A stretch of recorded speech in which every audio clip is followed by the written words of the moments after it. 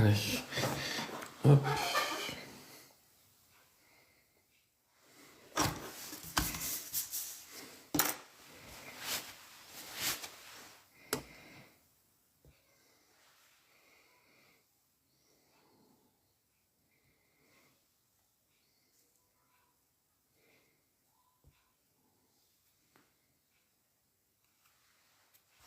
Allez, bonjour. Bonjour à toutes et à tous. On va se faire une petite... merci pour les likes. On va se faire une petite heure là, de correction de copie du brevet blanc. Ah, tu l'as quand ton brevet? En fin de semaine, Lilian?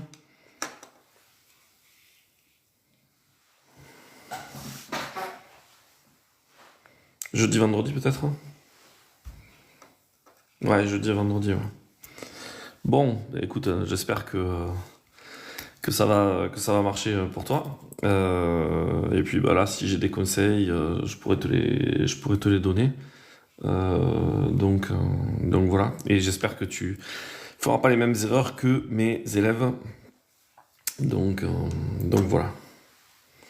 Bon, si vous avez déjà participé à des corrections, vous avez vu les premiers problèmes que j'ai eus. Et les premiers problèmes que j'ai eus, c'est la confusion entre la Première Guerre mondiale et la Deuxième. Bon, ça s'est répété dans la suite des copies, malheureusement. Donc voilà, Lilian, faut éviter de faire ça. Et puis si je peux te donner un conseil qui me paraît important, il faut que tu fasses très très attention. Euh, Tu sais, il y a une partie histoire, une partie géo, et il y a une partie document, une partie où tu as une rédaction à faire. La dernière question des documents, que ce soit en géo, soit en histoire, cette dernière question, elle est très très très sous-estimée par les élèves. Or, elle vaut énormément de points. Je te donne un exemple, là j'ai préparé quelques copies. Je te donne un exemple ici, avec cette copie-là. Là, cette question-là, c'est la question 5 là. Elle vaut 8 points en fait. Et là, regarde ici, Lilian, en fait, tu vois, l'élève, il a consacré 4 lignes. Il est absolument évident qu'il aura absolument jamais les 8 points sur les 4 lignes. En fait, il n'a pas compris que c'était une sorte de question bilan. Et donc, il l'a traité de la même manière que les autres questions. Tu vois, la question 1, par exemple, qui valait seulement 2 points, il a fait 3 lignes. C'est similaire à ça, quoi. Donc, fais très attention, cette dernière question des documents, que ce soit en histoire, soit en géo, ça change pas, c'est la question qui vaut le plus de points. Donc, tu dois y consacrer plus de temps, en fait. Tu dois venir faire un bilan. Et donc voilà, donc ça, c'est une grossière erreur que font les élèves. Tiens, je t'en montre une autre. Pareil, une copie que j'ai préparée pour la suite qui va arriver. Une, deux, trois, quatre lignes. Voilà. Mais là, vous pouvez pas là. Voilà, je pensais faire des TikTok là, je sais pas si j'aurai le temps de les faire, mais justement pour le dire en fait. Dernière question. Alors en plus, ce qui est extrêmement traître, c'est que malheureusement les points sont plus marqués. Il y a eu une époque où les points étaient marqués sur le sujet, et donc tu pouvais voir à l'avance combien de points ça valait. Là, les points sont plus marqués, c'est une consigne nationale. Bonjour Carpe Diem. Et donc du coup, voilà, fais très attention à ça. Voilà, là, tous mes élèves se font cartonner en géo à cause de cette question 5 en fait. Ils n'y passent pas assez de temps, quoi. Donc voilà. Voyons voir. Ici, sur une autre copie, bon ben, là, lui ou elle, c'est encore pire. Tu vois, il a répondu à une question, une deuxième question, il est passé ensuite à l'histoire, alors qu'il aurait mieux valu, à la limite, ne pas répondre à la question 1 et 2, mais plutôt répondre aux questions 4 et 5. Ça aurait été beaucoup mieux. Il y aurait eu plus de points à gagner. Donc voilà. On va pas commencer par celle-là, on va commencer par celle du dessous, là-bas. On va commencer par celle-ci. Est-ce que les gamins écrivent comme ils parlent? Bah, les gamins, moi j'en ai 180 chaque année, donc du coup je pense qu'on peut pas généraliser. Voilà, il y a des élèves qui ont un niveau de langage qui est soutenu, il y a des élèves qui ont un niveau de langage qui est proche du vulgaire. Voilà, on peut pas trop généraliser voilà, d'une manière générale, je, je, je suis rarement favorable aux théories qui disent que le niveau est en baisse, que les gamins ne savent plus rien faire, etc. C'est pas trop chez moi que vous allez trouver ce genre de discours. Je suis pas... voilà. Les gamins, comme je le dis, j'en ai 180 différents, donc voilà, c'est pas... Voilà. Je vous propose qu'on commence du coup la correction. On est sur le sujet de brevet blanc de mon collège et du coup les copies des élèves là ont été anonymées. Donc voilà, de rien. Alors, l'extrait du texte qui définit la Gigafactory et usine de fabrication de batteries et de leurs composants, on est bon, c'est 2 sur 2 ici. Voilà. À savoir que le paquet de copies, je l'ai maintenant depuis 10 jours. Il m'en reste quelques-unes. Donc voilà, une dizaine, une quinzaine peut-être. J'espère avoir fini pour la fin de la semaine pour les rendre aux élèves. J'en discute souvent avec les collègues et malheureusement, les copies d'histoire géo sont plus longues à corriger que les copies de maths par exemple ou de SVT ou de physique. Donc voilà. Les 2 types d'acteurs qui participent au développement de la vallée de la batterie sont Luc Messien et personne. Ici, donc on est à 2 sur 4. D'ailleurs, j'ai tapé un corrigé et je vais le prendre pour l'avoir sous la main.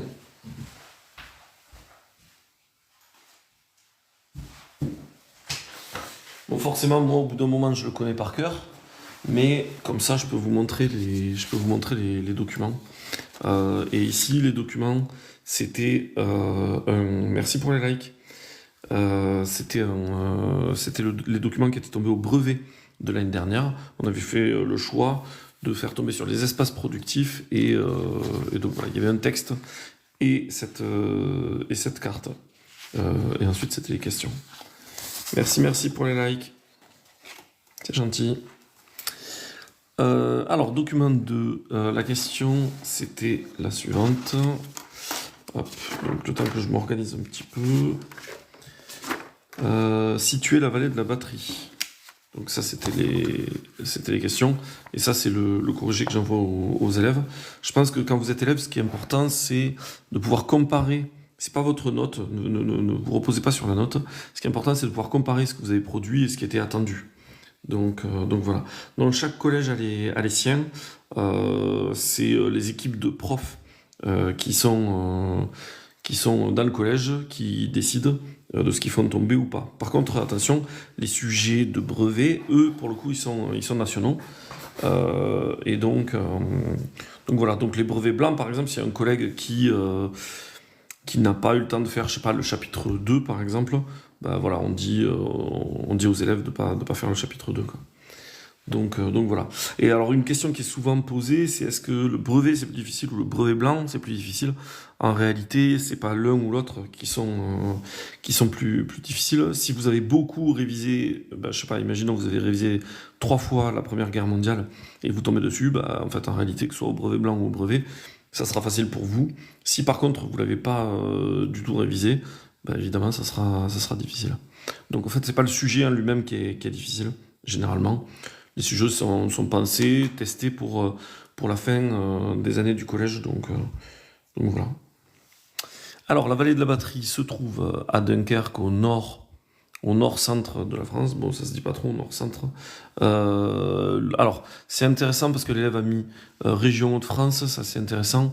Il a situé avec Dunkerque, c'est pas que à Dunkerque, mais c'est autour de Dunkerque. Néanmoins, la réponse est plutôt bonne, là. On va partir sur 2,5 sur 3. C'est noté sur 3, ici. Donc voilà. Question 4. Le type d'espace productif auquel elle appartient et la faible densité. Non, là il y a une erreur. Donc deuxième, tout à l'heure on était avec Célian. Deuxième problème que vous avez. Bonjour Juju. Deuxième problème que vous avez tendance à faire, c'est de confondre les chapitres. Ici, le chapitre de faible densité alors que dans les documents, tout est indiqué. Faites attention, regardez, géographie, il y a le titre, en fait, hein, les espaces productifs. Ça fait référence au chapitre 3 de géographie. Or, le vocabulaire qui est employé, là, c'est le vocabulaire du chapitre 2. Du coup, là, ça fait 0 point, malheureusement. C'est pas ça qui était attendu. Donc voilà, donc on arrive sur la question bilan, en fait, celle qu'on disait tout à l'heure, qui était très importante. Alors pour aborder cette question bilan, je vous donne une petite technique, en fait. Voyons voir si j'arrive à trouver une copie, voilà, c'est ça. La petite technique, c'est de ne surtout pas utiliser, vous voyez, je prends une autre copie, de ne surtout pas utiliser le mot car, ici. Ce mot car, moi, je l'ai vu en méthode avec mes troisièmes, à chaque fois je le raye. Ouais, voilà, c'est ça, Lilian. Mais c'est pas que des étourderies, hein, c'est une habitude que vous n'avez pas, parce que les années précédentes, on vous a pas interrogé sur plusieurs chapitres. À chaque fois que tu avais un chapitre, derrière, tu avais un contrôle. Là, la difficulté, c'est que tu as beaucoup de chapitres d'un coup, et donc voilà. Donc bien te centrer sur le vocabulaire du chapitre. Alors sur cette question bilan, une technique, c'est de ne pas employer le mot car, ici. Moi, je l'ai vu en classe avec mes élèves, donc ici, je raye car et je marque méthode, ça fait référence au cours où je leur ai expliqué qu'il fallait surtout pas, bonjour Lama, où il fallait surtout pas employer ce mot car. Pourquoi? Parce que le mot car, il va vous induire à donner une réponse immédiate, juste après le mot car.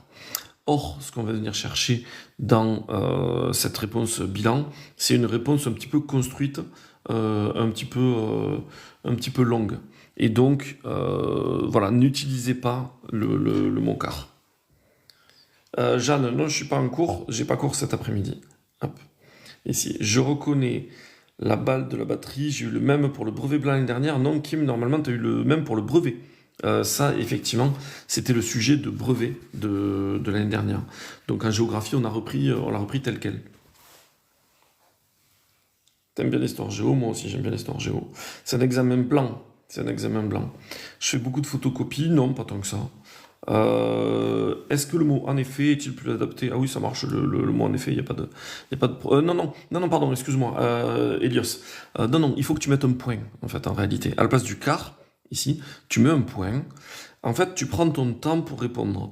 Tu vas ensuite aller à la ligne, et chacune des choses que tu aurais dites juste après ton car, et ben en fait, tu en fais une phrase, et cette phrase, tu vas mettre un exemple dedans. Tu vois là, par exemple, l'élève met ces gigafactories sont proches d'usines à voitures électriques, et de suite après, il enchaîne avec puis elle est un espace productif. Là, ce qu'il aurait fallu faire, c'était donc mettre un point, aller à la ligne. Ces gigafactories sont proches d'usines à voitures électriques, par exemple, et ce par exemple, tu vas venir caler des choses, c'est un bilan, et attention, hein, c'est un bilan à propos des documents. Donc là, tu vas venir caler les choses importantes de tes documents. Ici.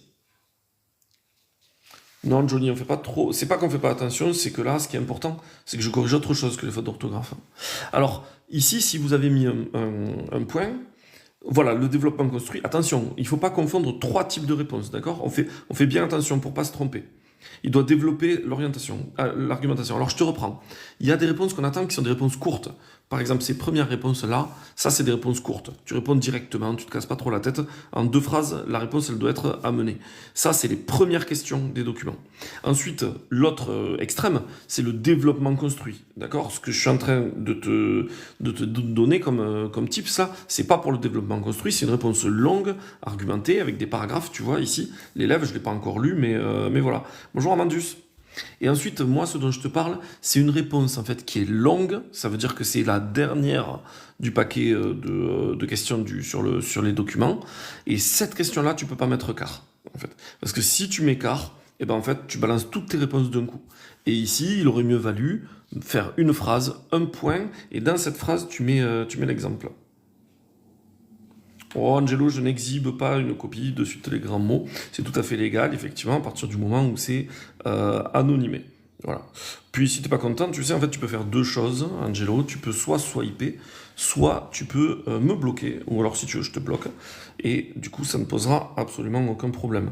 Tu vois, là, en fait, je suis en train de donner des conseils. En fait, ces conseils, au lieu qu'ils profitent soit à personne parce que je ne les ai pas écrits, soit à très peu de monde, eh ben, je fais profiter absolument tout le monde. Là, tout à l'heure, il y avait des élèves qui disaient qu'ils n'avaient jamais entendu ça, autant qu'ils l'entendent avant leur brevet blanc.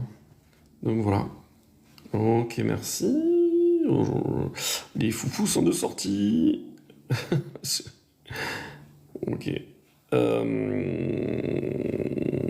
Tac. Là. Voilà. Au revoir, Angelo. Donc voilà, bon. J'ai muté aussi, je sais pas exactement. Merci, merci Amandus. Donc voilà, donc distinguons les réponses courtes, les réponses longues et les réponses intermédiaires où vous allez devoir argumenter ici, mais surtout pas. Voilà. Pour le développement construit, faut-il écrire d'abord puis enfin avec des alinéas? Oui, oui Lama, il faut faire ça, exactement. On va voir par contre l'orthographe, c'est pas son point fort. Oui, oui, je sais bien, ne vous inquiétez pas. Bon, bref, on enchaîne. Donc, du coup, ça, c'était la première copie. En fait, on y revient. Donc là, l'élève, ici, il a bien compris, en fait, qu'il avait affaire à une réponse longue. Vous voyez cette réponse longue, nous, on va venir chercher le nombre de phrases. Ici, là, j'ai qu'une phrase sur 4 lignes, c'est un peu long. Si vous pouvez, faites des comment ça s'appelle? Des phrases plus courtes, en fait, hein. Et puis on va voir, mais là, une réponse intermédiaire, comme ça, là, c'est environ une dizaine de lignes. Là, c'est peut-être un peu court, on va voir ce que l'élève dit. Donc tout d'abord, la vallée de la batterie, elle possède des avantages qui sont que les véhicules qu'elle appartient sont les plus compétitifs possibles. Elle accueille directement les 3 gigafactories françaises. Bon, là, c'est pas exceptionnel comme phrase, hein. Alors, attendez, il y a trop de questions à la fois, je vais essayer d'y répondre pour vous aider un petit peu. Je suis en première. C'est quoi les dissertations entre histoire et ça? Alors là, c'est pas une dissertation qu'on est en train de faire, c'est ce qu'on appelle ici un développement construit. Développement construit, on va venir vérifier que l'élève, il sait faire un plan avec plusieurs paragraphes. Dans une dissertation, tu vas avoir une introduction, par exemple, et selon comment ton prof t'a appris, c'est une dissertation, par exemple, en 5 points. On va te demander une conclusion aussi, on va te demander des idées à toi. Alors que dans le développement construit, ça va être généralement quand même un peu du recrachage de cours, quoi. Tu es en 5e, on se verra l'année prochaine? Oui, sans doute, oui. Oui, c'était le sujet de l'année dernière, Mason. Hum, hum, hum.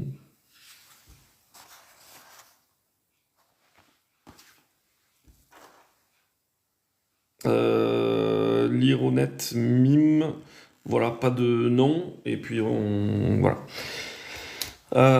Donc du coup, la première phrase là, elle n'est pas exceptionnelle en fait, hein, elle n'a pas vraiment de sens, en fait, je vais mettre un approximatif. Il faudrait que l'élève se relise.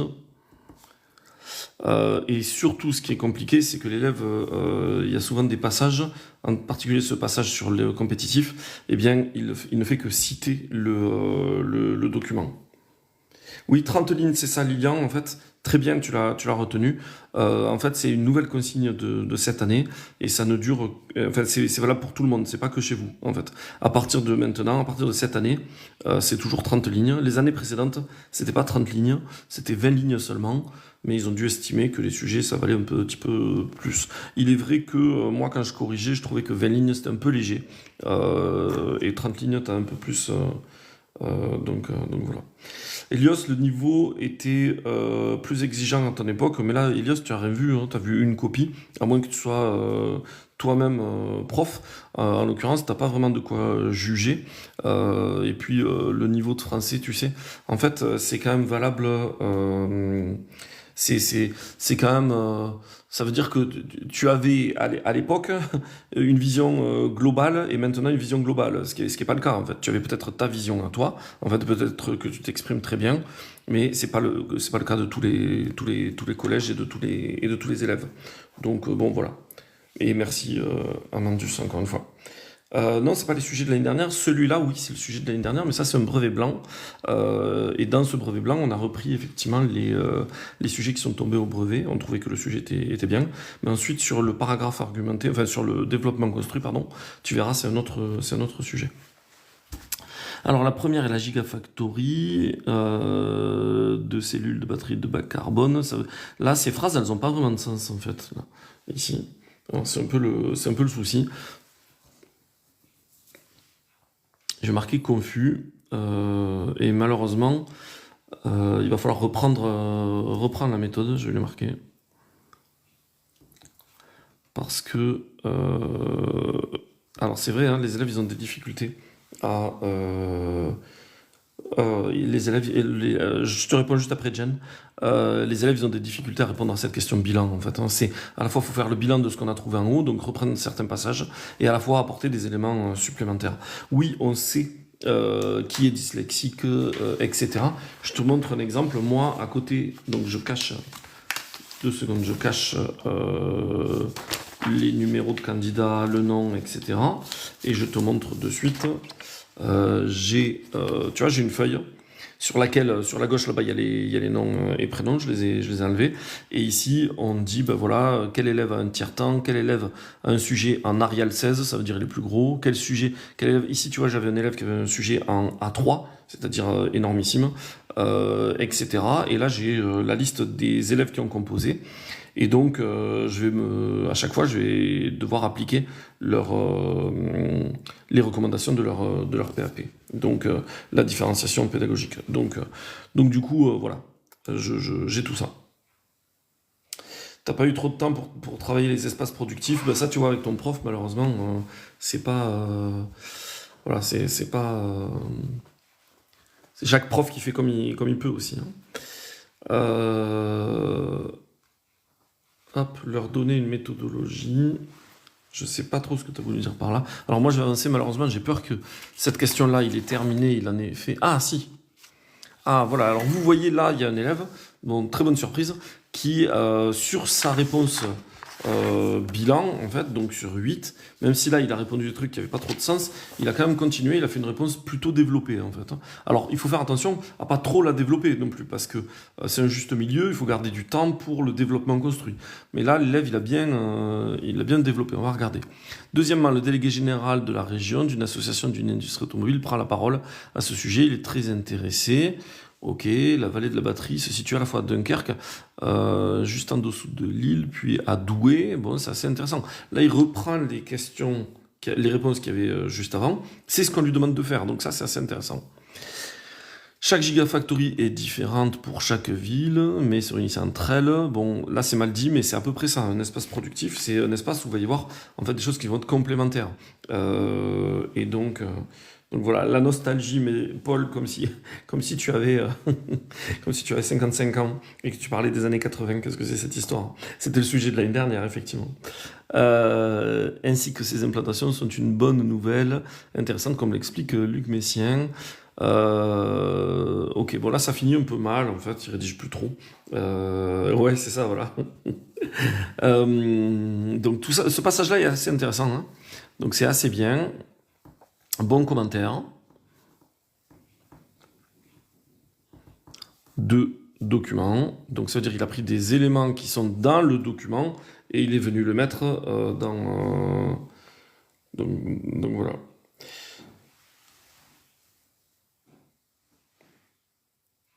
C'est vrai que les profs d'histoire étaient les derniers à la fac. Lol, Robinor, ben, à la fac d'histoire, ils n'étaient pas les derniers. De quoi tu parles en fait? Je... Mort de rire. Donc du coup, bon là ça se termine assez mal. Hein. Par contre là, ici, on va lui mettre bof. Ici. Donc on est sur 8, on est tout pile à la moyenne quand même. Il n'y a pas énormément de choses en plus. Oui, Paul, tu as raison, le sujet est assez simple. C'est pour ça qu'on l'a repris. En fait, il est facilement compréhensible. C'est un chapitre que les élèves délaissent souvent. Et donc, du coup, on s'est dit que c'était intéressant de les réinterroger dessus pour leur montrer que le sujet n'était pas forcément difficile et qu'ils pouvaient réussir à faire quelque chose. Donc là, on est sur 8, on est à 4 sur 8. Il y a un bon passage ici. Le reste du temps, c'est pas exceptionnel. Donc, on y va. Donc, 4... 5, 6, 7, 8, 9, 10, 10 et demi en géo. Donc géo, 10 et demi sur 20. Ok, pourquoi pas. Merci beaucoup, toi aussi. Bon après-midi. Alors ensuite, on passe à l'histoire. Avant de passer au paragraphe, au développement construit, on va corriger les documents qui vont avec... donc les repères. Hein. Donc ça c'est juste, ça c'est juste, ça c'est juste, ça aussi, ça aussi, ça aussi. On est à 4,5 sur 4,5. L'élève semble avoir bien travaillé. Et ici, c'est juste aussi.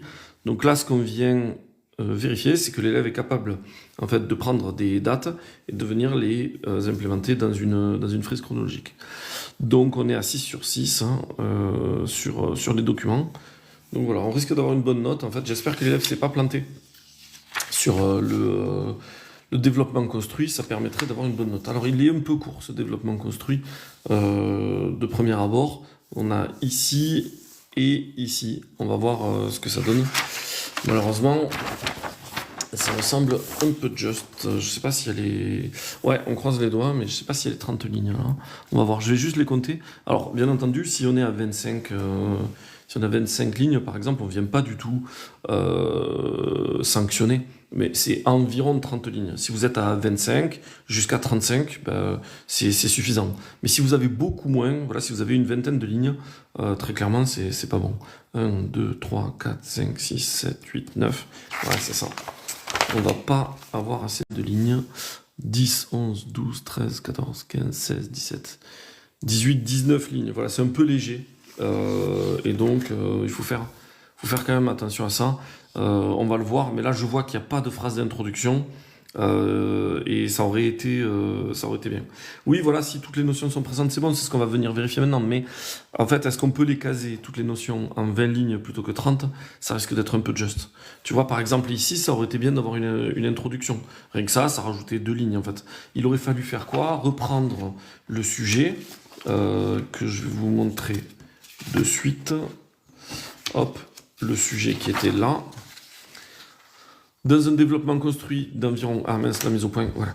Dans un développement construit d'environ 30 lignes, enfin d'une trentaine de lignes, et à l'aide d'exemples abordés en classe, montrer que la Seconde Guerre mondiale est une guerre d'anéantissement. Donc il aurait fallu reprendre ce sujet-là, le retourner soit en mettant une phrase, soit encore mieux, une phrase interrogative, donc... comment la Seconde Guerre mondiale peut-elle être qualifiée de guerre d'anéantissement. Voilà, ça aurait été pas mal. Moi, j'ai mis comment cet affrontement s'est-il transformé en guerre d'anéantissement. Bon, ça c'est mon corrigé.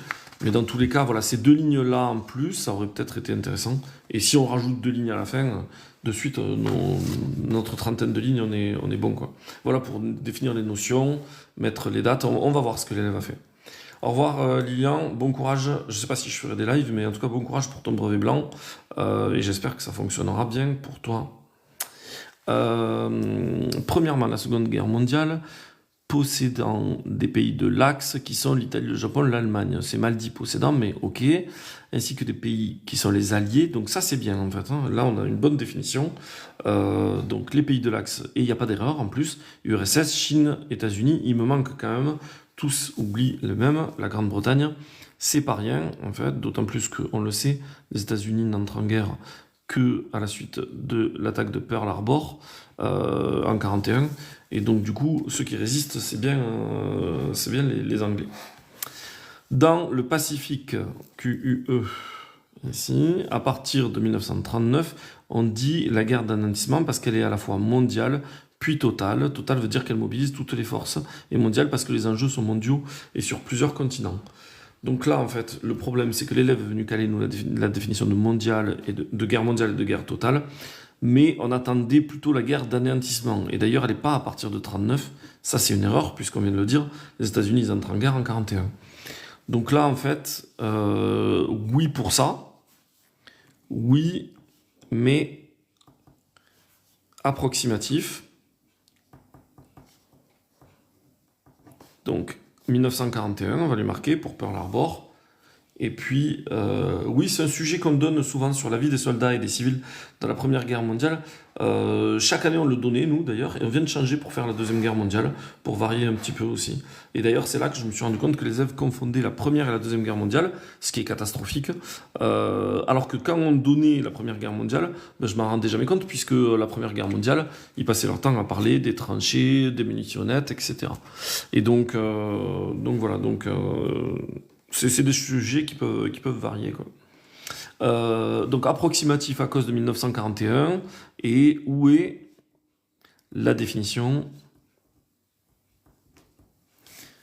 de anéantissement.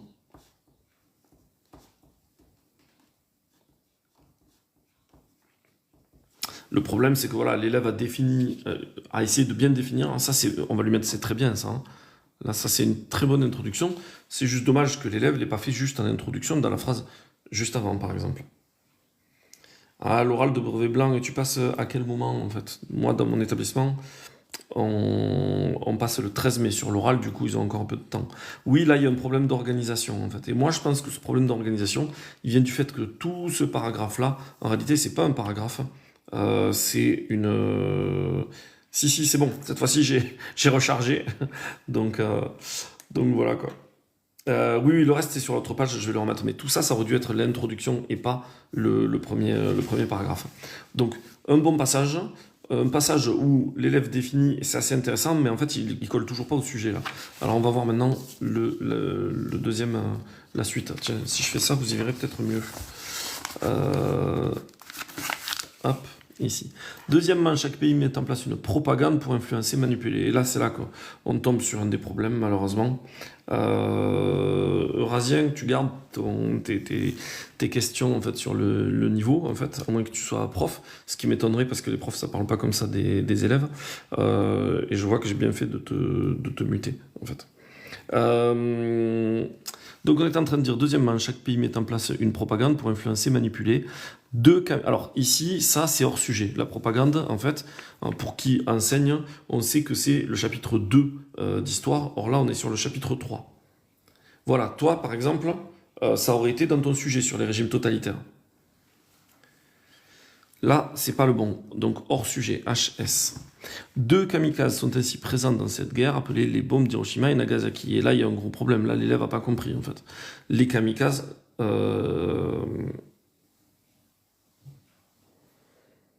Oui, Philippe, tu te calmes, en fait, aussi, sur le niveau, en fait. Donc là, il y a une erreur, en fait. Grosse... donc, je vais lui marquer, en fait, que très grosse... confusion, entre parenthèses, kamikaze, bombe. Voilà, là l'élève s'est trompé en fait. Hein. Voilà, il y a des fautes effectivement, ben, voilà, vous allez vous y faire en fait. Le sujet c'est quoi? C'est montrer que la Seconde Guerre mondiale est une guerre d'anéantissement. Alors le problème c'est que les kamikazes c'est dans la guerre d'anéantissement. La bombe d'Hiroshima, les bombes d'Hiroshima et de Nagasaki c'est dans la guerre d'anéantissement. Mais en fait c'est pas comme ça en fait. Donc là on a une très très grosse erreur là. La guerre dans le Pacifique, effectivement, plus de 700 000 morts, ça c'est totalement approximatif. Aérienne et nautique, la guerre était aérienne et nautique. Oui, Eurasian, je crois que tu as gagné ton ban en fait. Hop, tu dégages. Merci.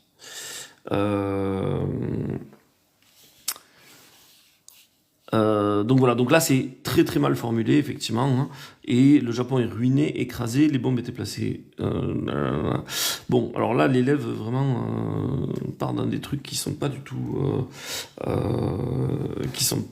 pertinents, d'accord, et malheureusement on va lui écrire hein, que c'est inutile et approximatif là aussi.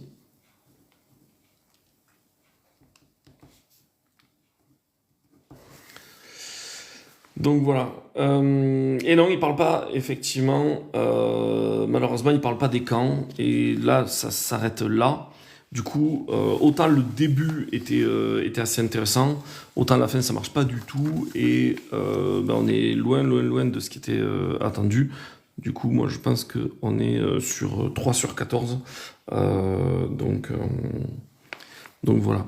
Amandus, je vois hein, que tu fais du gros boulot là derrière. Je sens qu'aujourd'hui les gens ils sont chauds patato là. Il n'y a pas le nombre de victimes effectivement.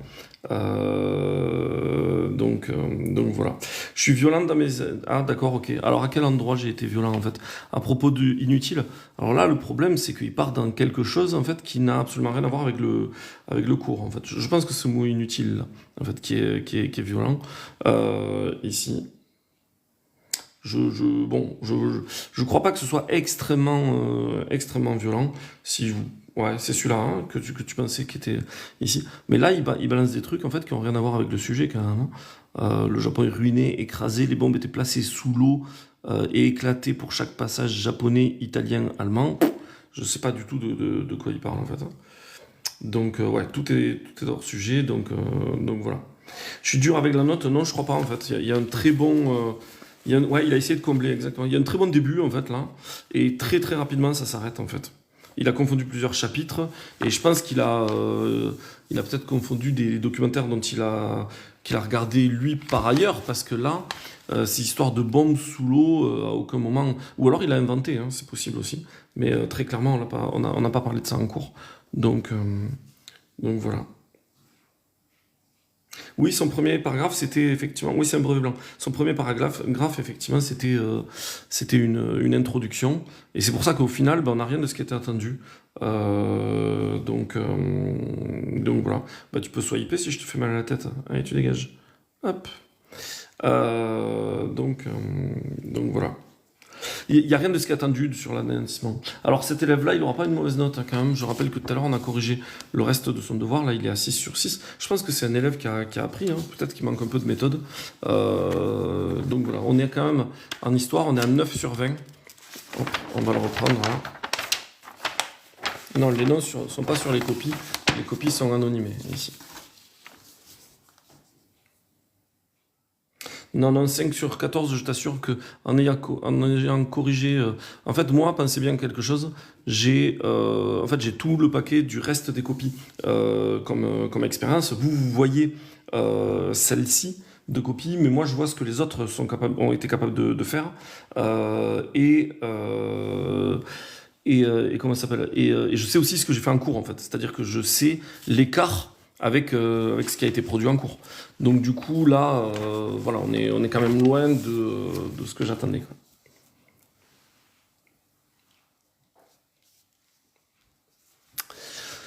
Donc voilà, on part sur le MC. Les deux éléments qui ont. Donc là, les élèves avaient le sujet de l'année dernière. Oui, c'est ça, c'est le sujet de l'année dernière. Oui, c'est mon élève. Non, je corrige pas d'autres classes là. Nous, on, on corrige pas d'autres classes. Mais c'est anonyme dans le sens où je mets des post-it en fait comme ça. Mais en réalité, enfin, je veux dire, une copie quand on la corrige, je sais pas, vous leurrez les élèves en fait. Une copie, elle est jamais anonyme. En fait, je sais moi quel est l'élève qui est derrière en fait. Il y a le nom marqué dessus en fait. Le seul moment où c'est complètement anonyme, c'est sur les vraies épreuves. Mais je corrige pas du tout de la même manière sur les vraies épreuves. Par exemple, l'élève n'étant pas censé reprendre sa copie, ben, en fait, toutes ces annotations ici qui lui servent à progresser, et ben, toutes ces annotations, elles y sont pas en fait. Donc, euh, donc voilà. Il y a des collèges où en fait les copies sont redistribuées entre les profs. Nous, on a fait le choix nous, on a fait le choix de chacun avoir ses propres élèves. Donc voilà. Il y avait une question sur la géographie, je l'ai vu passer, mais j'ai pas eu le temps d'y répondre. L'EMC, c'est quoi? C'est ce qui était à notre époque l'éducation civique, en fait. L'enseignement moral et citoyen. Donc là, la question se porter sur la naturalisation d'une personne. Les deux éléments qui ont rendu possible cette démarche sont que la personne a étudié de façon brillante et continue de le faire et elle accepte d'obéir aux lois de la République. C'est faux, malheureusement, là c'est une erreur qu'on trouve très souvent. C'est-à-dire que les élèves croient que la personne peut être naturalisée parce qu'elle étudie de façon brillante, ce qui est faux. En fait, ici, par contre, elle accepte d'obéir aux lois de la République. Là, on est bon. 1/2. Ici. La géographie, c'était le sujet de l'année dernière, oui. Oui, oui. En 3 mots, à quoi ça sert l'histoire et la géo dans la vie professionnelle des enfants? Si tu maîtrises l'histoire-géographie, Johnny, en fait, tu maîtrises le pouvoir. C'est aussi simple que ça. Tu maîtrises les mensonges, en fait, que des personnes peuvent faire pour te faire, par exemple, voter d'une manière ou d'une autre. Tu maîtrises tout le narratif, tout le récit, en fait, qui est fait de certains événements qui se passent dans la vie de tous les jours. Ça remplit pas le frigo. Non, non, mais c'est pas une histoire justement, carpe diem, en fait, c'est ça le truc. C'est que vous croyez qu'en fait, je suis prof de capital, en fait, je suis prof de pouvoir, de répartition de pouvoir. En fait, l'histoire et la géographie, c'est maîtriser, c'est une histoire de maîtrise de pouvoir. Il faudrait que vous assistiez à mon premier cours de quatrième, où justement, c'est la question que je pose, en disant, en fait, à quoi ça sert l'histoire et la géographie. On raconte l'histoire d'un... Tiens, j'en ferai peut-être un TikTok, ça. En fait, d'un roi, en fait, qui justement ne maîtrise pas exactement la géographie de son empire, enfin c'est un empereur plutôt, de son empire, et en fait, dès qu'il a la connaissance de la géographie, le premier truc qu'il fait, tiens, est-ce que vous avez une idée? Bon, il y a mes élèves, ils le savent peut-être, hein, mais dès qu'il a fait cartographier son empire, eh bien, il fait deux actions, en fait. Je vous laisse essayer de répondre si vous avez envie. À quoi ça lui sert à ce roi? Dès qu'il a cartographié son empire, il fait deux actions. Est-ce qu'il y a des courageux qui vont répondre? Non, ah oui, à s'expandre, ouais, si on veut, en fait, je suppose que tu veux dire s'étendre, mais à vouloir s'entendre, ben non, justement pas, Helios. Malheureusement, ça c'est la version du monde des bisounours. Le premier truc qu'il fait, allez, je laisse 2 secondes encore pour ceux qui veulent essayer de répondre. L'histoire permet de mieux appréhender, ben, bien entendu. Et non plus pas administrer, même si tu as raison, Nathan, c'est très bien, c'est bien vu, hein, ça arrive un petit peu après. Et ouais, conquérir, bien vu. Et l'économie, ben voilà, vous avez les deux. Le premier truc qu'il fait, c'est la guerre. Le deuxième truc qu'il fait, c'est le commerce. Et l'histoire géo, ça sert à faire la guerre et le commerce. 1979, Yves Lacoste, qui prouve que les Américains, pendant la guerre du Vietnam, se sont servis de la géographie pour faire la guerre. Il fait naître la matière qu'on appelle la géopolitique. Donc voilà, l'histoire, ça sert avant tout à faire la guerre. Donc voilà. Yves Lacoste, le père de géopolitique, exactement, Antoine. D'où me vient ma passion pour l'histoire? C'est une bonne question, en fait. Je pense que c'est un mélange d'histoires qui sont racontées dans les familles. Oui, Elios, ouais, effectivement, étendre son territoire, effectivement. En fait, j'avais vu que tu avais répondu à peu près ça, mais je voulais le mot guerre, en fait. Donc, d'où ça vient la passion pour l'histoire? Je pense que ça vient d'histoires qu'on raconte dans les familles, de rencontres avec des professeurs qui vous ont marqué à un moment ou à un autre, de bonnes notes aussi que vous pouvez avoir. Voilà, moi je me souviens encore voilà, d'une fois, j'étais en 5e et j'avais eu la meilleure note de la classe, etc. Donc voilà, je pense que c'est comme ça. L'histoire, c'est à la fois du par cœur et à la fois de la compréhension, en fait. Tu peux pas dénouer l'un de l'autre, en fait. C'est-à-dire que tu peux pas comprendre si tu connais pas le par cœur. Tu vas pas inventer une date. Et en même temps, juste savoir les dates, juste pour savoir les dates, ça ne sert à rien, en fait. Ça te sert justement à comprendre. Alors les questions, elles sont très nombreuses là. La géographie, une des meilleures matières au final, on est bien d'accord en fait. Moi j'avais fait un cursus, Antoine, histoire, vraiment que des options d'histoire. Et en fait, j'en suis vachement revenu et j'adore la géographie. Et l'histoire qu'on enseigne dans l'éducation nationale est-elle fidèle à la réalité? Ah oui, tout à fait, la chaîne Info Santé. Oui, on se base sur les travaux des historiens en fait, fidèles à la réalité. Dans tous les cas, les historiens, ils essayent toujours de faire la recherche de la réalité. Après, tu as raison, en fait, il y a aussi des gens qui sont malhonnêtes, mais voilà, il faut savoir que l'histoire telle qu'elle est faite dans l'éducation nationale, c'est pas les profs qui l'inventent, et c'est pas les ministres non plus. En fait, c'est quelque chose qui s'appelle le CSP, le Conseil supérieur des programmes, et en fait, c'est une commission d'historiens, en fait, qui rend compte des avancées historiques et qui les transmet au programme. Donc c'est pas du tout... voilà. Oui, passionné par Napoléon, passionné par les chevaliers, passionné par les châteaux forts, ou par plein d'autres choses. Effectivement, moi j'ai fait... moi pour vous donner l'exemple de mon cas perso, hein, moi j'ai fait ce qu'on appelle un DEA, c'est-à-dire un bac plus 5 à l'époque, sur Chypre au XIIe siècle, en fait. Donc voilà, aujourd'hui dans mon enseignement ça me sert peu, en fait, mais voilà, chacun ses passions, quoi. Les cours sont biaisés ou eurocentrés. Il y a eu une période où il y avait d'autres espaces qu'on étudiait. Par exemple, on étudiait l'Afrique au Moyen Âge. C'était particulièrement intéressant. Et effectivement, malheureusement, ben, en fait, dans les programmes de géo, d'histoire, je veux dire, ça a un peu dégagé. Par contre, en géo, ben, on peut voir un peu plus de monde. Je suis en première à GSP. Oui, bah, j'espère que les cours sont pas trop durs. Généralement, il y a un bon niveau en HGSP. Ah bah, la découverte de l'Amérique, c'est plus ce narratif-là qui existe aujourd'hui. En fait, c'est plutôt la découverte de l'Amérique pour les Européens, en fait. Mais très clairement, c'est plus ce narratif-là. J'ai de grosses lacunes en histoire, je m'y intéresse peu. Depuis 25 ans, effectivement. Bon, je suis désolé, ça va un peu vite les commentaires, hein. Euh, ouais, mais l'écriture, vous savez, hein, c'est toujours un peu problématique. Et puis là, en fait, il faut bien penser à un truc. Vous n'avez pas l'habitude, mais moi j'ai des élèves. En fait, les élèves, c'est la première fois qu'ils écrivent sur des carreaux de cette taille-là. En fait, on leur demande en classe d'écrire sur des feuilles avec des interlignes. Et d'ailleurs, enfin, personnellement, je trouve ça complètement stupide d'avoir une feuille où il n'y a pas des interlignes. J'ai aucune idée de pourquoi c'est comme ça. D'ailleurs, c'est vraiment vraiment dommage. Comprendre la politique, oui, la politique est d'une manière générale le monde dans lequel on vit, hein. J'ai eu du mal en histoire politique et constitutionnelle à comprendre le lien entre chaque période. Ah bon, ouais. Bonjour, c'est Invictus. Non, c'est pas Invictus.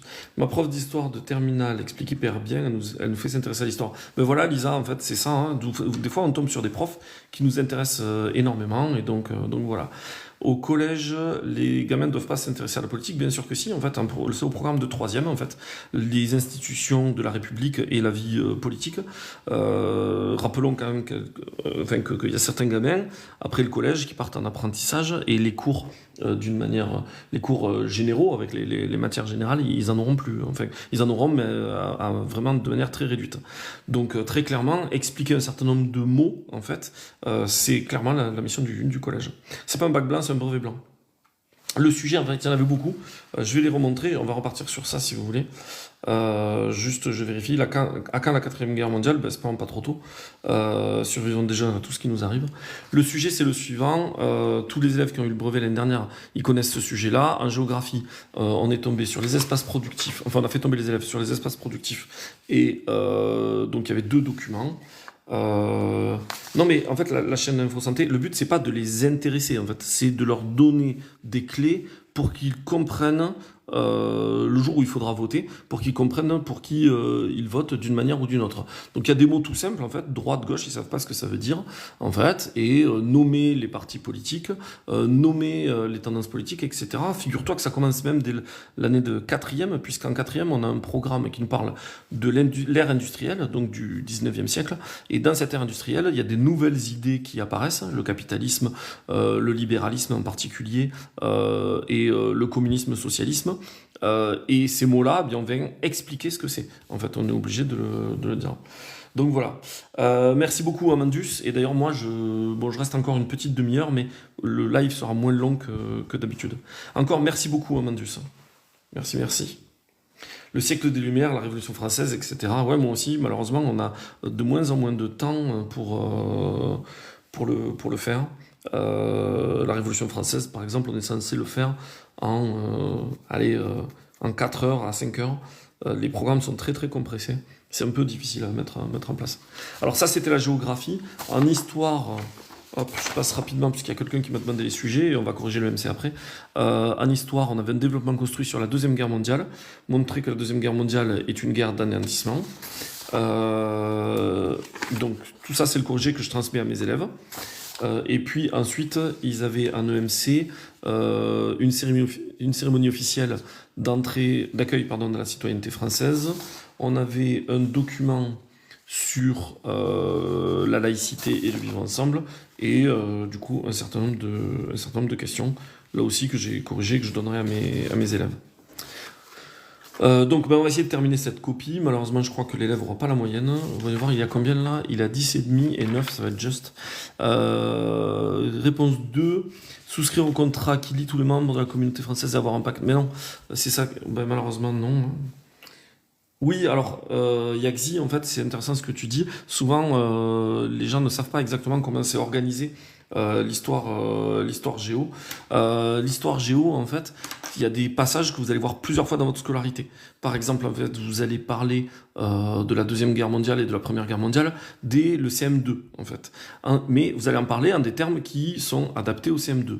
Puis, dans un deuxième temps, vous allez en reparler un petit peu plus tard dans la scolarité, par exemple là en troisième, et cette fois-ci, on va changer d'optique, on va toujours dire les mêmes dates, bien entendu, puisque les dates, elles changent pas, mais on va trouver un angle un peu différent. L'angle au collège, par exemple, c'est la guerre d'Annecy. Et ensuite, dans un troisième temps, on va le revoir au lycée, et ça sera dans, en particulier en HGGSP, il y a un thème sur la guerre, en fait. Donc voilà. Non, absolument pas la chaîne Info Santé. Je refuse tout ce genre de choses. Les jeunes aujourd'hui ne sont pas plus bêtes que ceux d'avant. Ça, c'est des réflexions de gens qui n'avaient pas une vision périphérique avant et qui n'ont pas une vision périphérique aujourd'hui non plus. En fait, ça n'a pas de sens de dire ça. Peut-être que eux, dans leur classe, ils se sont rendus compte que eux et leur groupe de copains, ils étaient moins bêtes que d'autres élèves. Mais en réalité, si on regarde à l'échelle de la France, bien entendu, ça n'a pas vraiment de sens de dire ça. On a tout un tas de classes en fait, qui essaye de mesurer ça, mais en fait ça ne mesure pas du tout si on est bête ou pas bête, ça mesure si vous êtes en réussite sur certaines matières ou sur d'autres. Est-ce que je change d'emploi du temps, Marinette? Non, je ne change pas d'emploi du temps. Chaque année je change d'emploi du temps, mais de semaine en semaine je ne change pas. Et ensuite j'avais une autre question qui était assez intéressante. Il faudrait ajouter au programme l'histoire et la géographie des DROM, comme ça serait intéressant, effectivement. Alors Antoine, on parle déjà des DROM, c'est une bonne idée, on parle déjà des DROM en géographie en troisième, on parle à propos de l'aménagement des territoires, mais c'est vrai que c'est laissé un peu, entre guillemets, à l'appréciation du prof, de venir glisser des éléments dans le cours. En fait, là, par exemple, sur, je sais pas, la Première Guerre mondiale ou la Deuxième Guerre mondiale, on va voir sur les tirailleurs sénégalais, etc. Mais c'est vrai que ça serait intéressant d'en mettre un petit peu plus. Je fais des vœux chaque année. Non, je bouge pas, Marinette. Je suis dans mon établissement, j'y suis très bien, j'y suis depuis longtemps, et je fais ma vie dans le village dans lequel je suis, et je compte pas du tout bouger. Des élèves qui s'intéressent à la politique assez jeunes, oui, il y en a, en fait, bien entendu. Il y a... Ouais, je sais, Marinette, j'ai beaucoup de chance. C'est un choix aussi que j'ai fait, hein, ce choix. Je reviens tout à l'heure à la chaîne Info Santé, mais d'abord, Marinette, c'est un choix que j'ai fait, en fait. Quand j'ai eu mon premier poste, j'ai choisi que je pouvais aller à l'autre bout de l'académie. Et c'est ce qui s'est passé. J'ai eu une année de stage et un tuteur, mais moi, c'était il y a 15 ans, c'est pas les mêmes conditions qu'aujourd'hui. Et en fait, j'ai fait le choix d'y rester à cet endroit-là. Attention, le choix, ça implique un certain nombre de choses. Je me suis séparé de la femme avec qui j'étais en couple. J'ai perdu absolument tous mes amis parce que j'étais à 2h30 de chez moi. Au début, je faisais les allers-retours avec la grande métropole du coin. Puis au bout d'un moment, les allers-retours, quand tu as un emploi du temps sur 4 jours, tu les fais plus, quoi. Et puis mes amis, c'est la même chose en fait. Au fur et à mesure, je venais une fois par semaine au début, puis une fois tous les 15 jours, puis une fois par mois, et puis voilà. Et aujourd'hui, c'est des gens malheureusement que je vois quasiment plus parce que ma vie, je l'ai refaite ailleurs. Donc voilà, quelle chance, oui, d'être dans un établissement avec un poste, etc., un poste fixe, et je suis même pas le dernier rentré, mais ça s'est construit aussi comme ça, en fait, c'est un choix que j'ai fait, et qui était assez douloureux quand même sur le moment, même si maintenant, je suis absolument très heureux de ce que j'ai vécu, quoi. Oui, j'ai des profs, ouais. Le stage, je l'ai fait dans un grand lycée, j'ai fait un lycée, mon stage, je l'ai fait dans un grand lycée de mon académie, et maintenant je suis en collège, quoi. Donc voilà. Et d'ailleurs, pour la première année, là, j'ai des stagiaires. J'ai un stagiaire qui vient, c'est trop cool. Je suis content. D'ailleurs, il passe son concours aujourd'hui, je crois. Et j'espère que pour lui, ça aura bien marché. Donc voilà, alors tout à l'heure il y avait la question, est-ce que j'ai eu des élèves qui s'intéressent à la politique assez jeunes? Oui, il y en a en fait, qui sont éveillés, avec des familles qui en parlent, etc. Bon voilà, mon objectif à aucun moment c'est de les orienter, mais juste de poser des mots de vocabulaire. Et puis après, des fois, hors classe, on peut parler d'actualité. Voilà, j'essaye de jamais donner mon opinion, quoi, mais voilà, il y a des élèves qui s'intéressent énormément, et d'ailleurs, il y a beaucoup d'élèves qui s'intéressent à l'actualité, qui sont assez anxieux de ce qu'ils voient dans le monde. Donc voilà, et je pense que les profs d'histoire géo sont particulièrement bien armés pour répondre à ces questions-là et à ces anxiétés, quoi. Donc voilà. Allez, on essaye d'avancer sur les dernières questions. La question Non, c'est pas si rare. Non, c'est pas si rare, l'actualité au collège.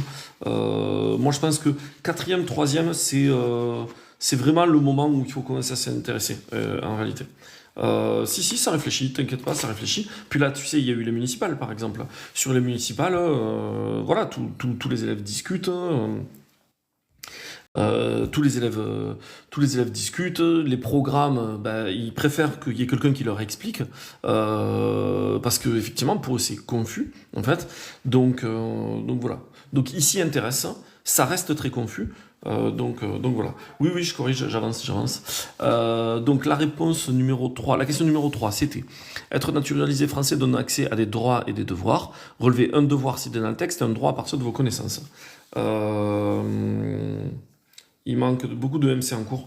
Oui, bah c'est vrai que malheureusement, en fait, on n'a pas les volumes horaires qu'on voudrait. Droit de l'homme et devoir d'accepter d'obéir aux lois. Alors, le devoir d'accepter d'obéir aux lois, on est bon. Droit de l'homme, c'est mal formulé. Je vais les mettre à reformuler, même si l'idée est présente. Donc, on va partir sur deux quand même si c'est mal formulé.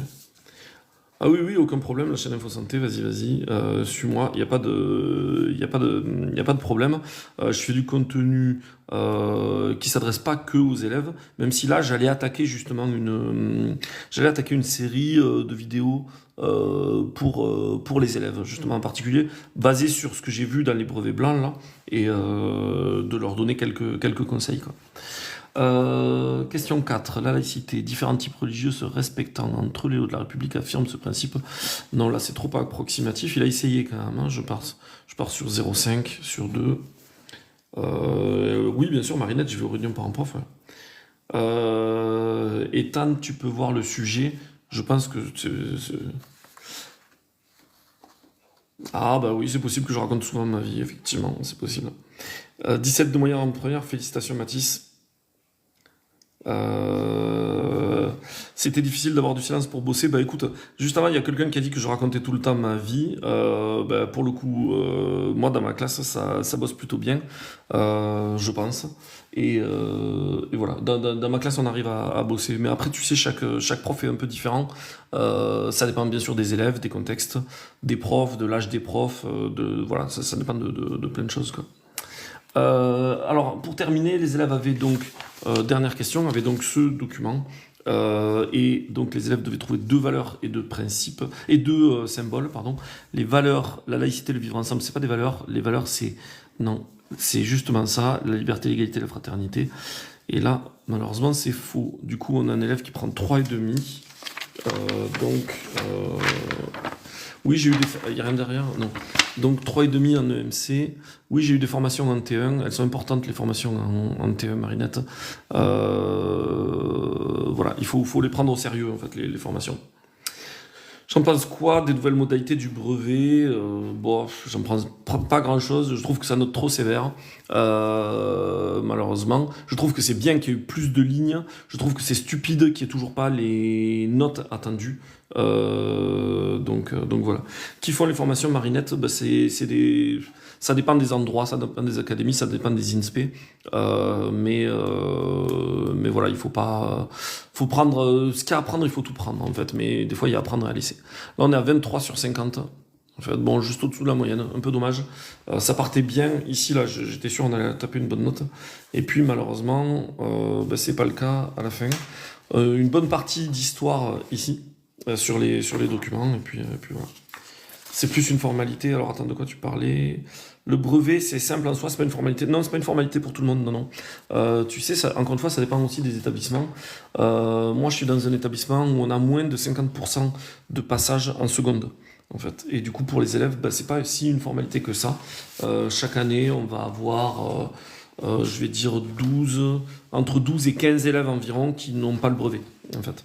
Donc voilà, c'est pour ça que quand quelqu'un me dit ah mais le niveau il baisse, les élèves ils sont bêtes ou ceci cela, je leur dis mais enfin je veux dire ça n'a rien à voir avec ce qu'on vit nous profs maintenant, ça n'a rien à voir avec ce que peut-être vous avez vécu. Moi aussi à l'époque je me disais ah, tout le monde va l'avoir, le brevet, même le bac, et en réalité bah, non c'est pas le cas en fait. C'était moi et mon groupe de copains. Ben oui, en fait, maintenant je suis prof, j'avais un bon niveau scolaire, en fait. Et donc du coup, oui, évidemment, dans moi et dans mon groupe de copains, on avait tous le brevet. Mais en réalité, c'est pas le cas de tout le monde. Je fais que prof de collège. Ben, en fait, j'ai été prof au lycée dans mon année de stage. Et j'ai été prof à la fac à certains moments aussi, mais la fac elle est un peu éloignée de chez moi, du coup j'ai arrêté, quoi. Le brevet baisse sur les résultats, mais le bac ça augmente. Je n'ai pas regardé exactement les chiffres. Ce qui est sûr, c'est que en fait, l'idée du bac, c'est pas que tout le monde réussisse ou réussisse pas. En fait, l'idée c'est de trouver la bonne filière d'orientation.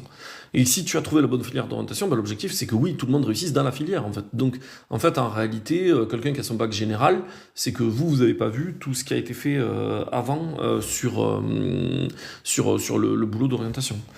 Alors attendez, là les commentaires vont un peu vite. Au lycée, ça doit être plus intéressant. Non, le collège, c'est très intéressant aussi. J'ai fait prof de quoi à la fac? J'ai donné des cours de géographie et j'ai donné des cours aussi sur le numérique en fait, parce que je fais partie des profs très investis sur le numérique. Ça fait 15 ans que j'ai 30 tablettes tactiles en classe. Et donc, du coup, voilà, j'ai eu pas mal de formations à faire. Et j'ai fait des formations aussi pour les profs qui rentrent dans le métier, en fait. Donc voilà. Ok. Alors, bon, j'aurai absolument pas le temps de corriger toute la copie, mais on va commencer par la géographie. Ceux qui viennent d'arriver, ben, vous avez raté la géographie au début, donc on va la corriger un petit peu maintenant. Donc, je rappelle, c'est le sujet de brevet de l'année dernière. Je me demandais si tu avais fait prof d'histoire en droit. Non. Non, non. Comment je gère les élèves irrespectueux? Il n'y a pas trop de problèmes en fait, on arrive à les recadrer. Et puis bah, après je gère comme un peu tout le monde en fait, hein. Il y a des sanctions qui existent. Ça va du mot à l'heure de retenue voilà, l'appel aux parents. Bon voilà, les élèves ils sont pas si irrespectueux que ça en fait. Au final en fait, enfin voilà, peut-être que ça peut leur arriver de temps en temps. Et il y en a, hein, attention, je dis pas qu'il y en a pas, hein, mais globalement, en fait, on a rarement un élève qui est tout le temps, tout le temps, tout le temps irrespectueux. Et si c'est le cas, ben, on le reçoit dans le bureau de la direction. Et voilà, on essaye de recadrer le truc, que l'élève fasse des efforts. Et puis voilà. Et ensuite, voilà, il y a l'échelle des sanctions. Et puis cette échelle des sanctions, elle peut aller jusqu'à l'exclusion, hein. Mais voilà, en classe, j'ai pas trop de. Bon, après, voilà, chacun a sa personnalité aussi, hein. Moi, je me suis occupé pendant 4 ans euh, des clubs de foot de la ville, ce qui fait que non seulement je suis connu dans mon collège, parce que ça fait 15 ans que j'y suis, mais en plus je suis connu des familles dont j'avais les gamins, dont j'avais les grands frères et les petits frères. Et donc le dialogue est plutôt simple quand c'est comme ça, quoi. Donc voilà. Donc ça c'est le sujet de Géo, c'est le sujet qui est tombé l'année dernière au brevet. Et donc du coup on va voir ce que l'élève a répondu. S'il y a des élèves qui passent leur brevet blanc, j'insiste sur le fait que vous devez faire attention. Sauter des lignes, ici, entre chaque. Sauter des lignes, comme ça. En fait, hein, je sais que vous n'avez pas l'habitude de. Ouais, j'ai beaucoup d'activités, oui, effectivement, beaucoup trop d'ailleurs, je surcharge totalement, quoi. Mais voilà, sauter des lignes comme ça. Par contre, la présentation, vous voyez, elle est plutôt bonne, là. On a un petit 1, petit 2, etc. N'hésitez pas à aller à la page quand vous êtes sur le passage de l'exercice 1 à l'exercice 2. Cette copie, j'ai déjà mis ici méthode, parce que tout à l'heure, quand on a commencé à corriger, j'expliquais la méthode. Cette question 5, c'est une question bilan, et cette question bilan, il faut la prendre au sérieux, elle vaut 8 points. Et vous voyez, là, l'élève a fait seulement 4 lignes, ce qui fait, enfin, c'est matériellement impossible d'avoir mis toutes les idées de cette question bilan. Donc là, je sais déjà qu'il y a une mauvaise note en préparation. Et en plus, la méthode que j'ai donnée, c'est sur les réponses longues, donc que ce soit la question bilan ou que ce soit le développement construit qui est ici, vous ne commencez pas vos phrases par car. Parce que le problème, c'est que car, ça va vous donner l'idée qu'il faut mettre toutes les réponses juste après. Et toutes ces réponses juste après, c'est pas une bonne idée. Il faut faire des phrases, il faut mettre des points, il faut mettre des exemples, etc. Par rapport à l'IA, évites-tu les devoirs maison? Les devoirs maison, moi, j'en donne jamais, de toute manière, en fait. Les devoirs, en fait, je trouve ça catastrophique. À part l'apprentissage des leçons, moi, les élèves n'ont jamais de devoirs. Donc voilà. Ensuite, par rapport à l'IA, c'est sûr que ça change la manière de fonctionner. Au collège, on n'est pas trop touché par les élèves qui sortent le téléphone, qui répondent à la problématique avec l'IA, etc. Mais au lycée, c'est très très problématique. Les élèves, c'est des filous parfois. Ils ont par exemple deux téléphones, voilà, ils ont des montres connectées, etc. Au collège, on n'est pas trop touché par ça encore. Donc voilà. Et dans tous les cas, moi, comme je te dis, je donne pas de devoirs, donc ça pose pas le problème. Ensuite, l'IA, faut réfléchir à comment travailler avec, hein, mais voilà. Alors la première question, c'était de demander, je suis inquiet par rapport au pourcentage de réussite au brevet comme au brevet blanc. Moi je suis inquiet par rapport au fait, c'est pas le pourcentage de réussite qui m'inquiète, c'est le fait qu'il y a des gamins, ça fait 4 ans qu'ils sont au collège, et ils repartent en ayant raté leur orientation, par exemple. Ils vont pas dans le milieu dans lequel ils veulent aller, et ils repartent avec un diplôme qu'ils ont raté, en fait. Ils ont pas imaginez, ils ont pas le brevet aussi. Et en fait, je me pose la question de qu'est-ce que ça renvoie, en fait, que tu fasses quelque chose pendant 4 ans, en fait, que tu es censé être assisté par des adultes, hein, chaque année, il y a 11 profs, etc. Et que, en fait, à la fin, on te dit, bah non, tu l'as pas, en fait. Et ça, en fait, je crois que c'est assez dévastateur. Voilà, faudrait qu'on réfléchisse. Alors, il y a des diplômes un peu moins difficiles que le brevet, en fait, qui sont mis en place. Il y a le brevet enseignement professionnel et le CFG, le certificat de formation générale. Mais dans tous les cas, voilà, quel est le signal qu'on envoie à un gamin qui a passé sa scolarité à se faire défoncer parce que il avait des absences, il avait des mots, il avait des mauvaises notes, etc. Et qu'à la fin on lui dise mais t'es même pas capable d'avoir ton brevet. Et c'est pour ça que les discours qui disent voilà tout le monde a le bac ou tout le monde a le brevet, ils sont un petit peu dangereux parce qu'en fait pour tous ceux qui l'ont ça pose pas de problème. Par contre tous ceux qui l'ont pas, il y a quand même c'est quand même des élèves qui sont très rejetés par le système. Je corrige quel collège? Le collège d'où j'enseigne. Et du coup, bah, voilà, on évite de dire le nom du lieu. Ça renforce un petit peu plus l'anonymat, même si l'objectif ici, avec les post-it, c'est de faire que le nom des élèves n'apparaisse pas. Alors, la question 1 de géographie, c'était de savoir comment étaient définis les gigafactories par le document, et donc l'élève a cité le bon passage. Ici, une phrase réponse plus les guillemets. Vous n'oubliez pas quand vous citez les documents de mettre les guillemets 2 sur 2. On est bon. Plutôt plus au sud de la France. Donc voilà. Les deux acteurs qui participent au développement de la vallée de la batterie sont les gigafactories de batteries bas carbone et point de suspension. Ben non, ni l'un ni l'autre, en fait, ça fonctionne pas. Et malheureusement, là, je pense que l'élève va prendre une cartouche. C'est une très bonne élève, d'habitude. Mais ici, je pense que entre cette réponse qui est pas bonne sur 4 et cette réponse sur 8 qui sera pas suffisante, je pense qu'on n'y sera pas. La vallée de la batterie se situe dans la région Hauts-de-France. Dommage, vous voyez, cette question elle est notée sur 3. Et ici, la réponse n'est pas suffisante. La région Hauts-de-France, le document invitait quand même, je vous montre le document, il invitait à donner d'autres précisions. Il y avait des noms de villes, par exemple Dunkerque, Lille, Valenciennes, Maubeuge. On pouvait aussi parler ici du département. En fait, il y avait le département du Nord et le département du Pas-de-Calais. Et finalement, en fait, oui, c'est vrai pour les Hauts-de-France. On l'avait dans le titre ici, mais voilà, oui, très belle écriture, et bon là, elle va prendre un carton, c'est parti pour, mais en fait, l'élève est une très bonne élève. Et d'ailleurs, voilà, toujours pareil, hein, au brevet, on juge sur un jour des élèves qui peuvent parfois se rater. Oui, Théo, c'est le sujet de l'année dernière en géographie. Le reste du sujet, c'est pas celui de l'année dernière, mais ça, c'est celui de l'année dernière. La réponse est bonne, on est à 2 sur 3, il manque des éléments, je vais marquer à compléter. Parce que c'est un petit peu insuffisant. On demandait ensuite à quel type d'espace productif appartient la vallée de la batterie. Elle appartient à un espace productif assez faible en termes de densité. On retrouve. Alors si c'est satisfaisant de noter ces élèves, c'est satisfaisant quand ils ont de bonnes notes. S'ils ont des mauvaises notes, Léa, c'est que j'ai raté quelque chose et je peux pas me satisfaire de mauvaises notes. Je te conseille quoi comme méthode de révision? Il te faut flashcard et feuille blanche. Les flashcards, tu prends chacun des éléments de ton cours, en fait, et les phrases les plus importantes, tu surlignes les mots les plus importants.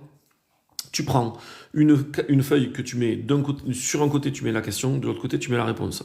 Et donc, du coup, ensuite, tu te fais toutes tes flashcards. La technique de la feuille blanche, tu prends une feuille blanche et hop, ici, cette feuille blanche, en fait, tu vas mettre un sujet. Par exemple, je sais pas, tu mets Première Guerre mondiale, World War 1, ici, et tu vas venir mettre tous les mots que tu sais à propos de la Première Guerre mondiale.